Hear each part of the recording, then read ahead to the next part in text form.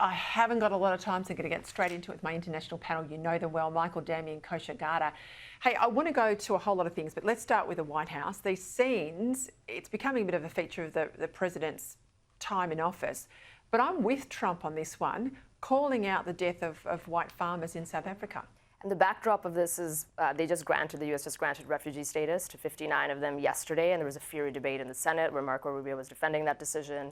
They came to talk trade, or so the president of South Africa thought, but Trump understands media very well. There is a disagreement on the facts of this, where the South African leadership is denying that it's happening, and Trump. And I might add, a few years ago under Peter Dutton, Australia granted visas to the families of white Right, so there is farmers. plenty of evidence for it, and so he's trying to reframe that narrative and put him on the spot by showing him pretty horrific footage and getting the president to weigh in on it. And he was visibly uncomfortable, but that's Trump's way. But it does seem a bit like a reality show, and he's doing it constantly. I know. But some of these issues are buried. You know, the killings of Christians, let's say, in the Middle East are buried. Or in Nigeria. And Nigeria and places like that. We've got to get that out in the public domain.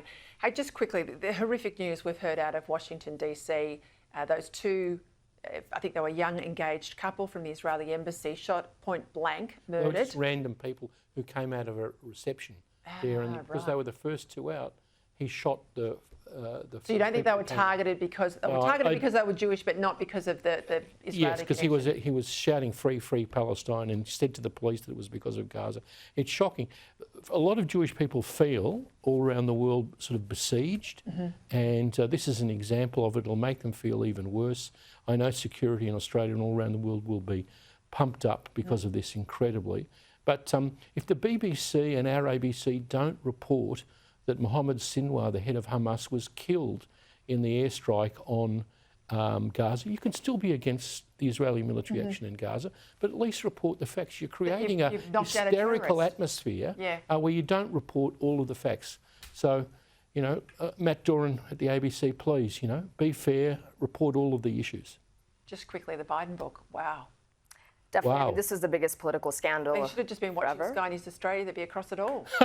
So the wrong messenger. Jake Tapper's getting a lot of criticism for him as the messenger, but the message of the book is quite interesting because there's even more detail of how that cover-up took place, and it really is the biggest scandal in political history. Including Lady Macbeth, Jill Biden, we've been got picking over that for a while. 290,000 hits from this station on calling me that before he stepped down.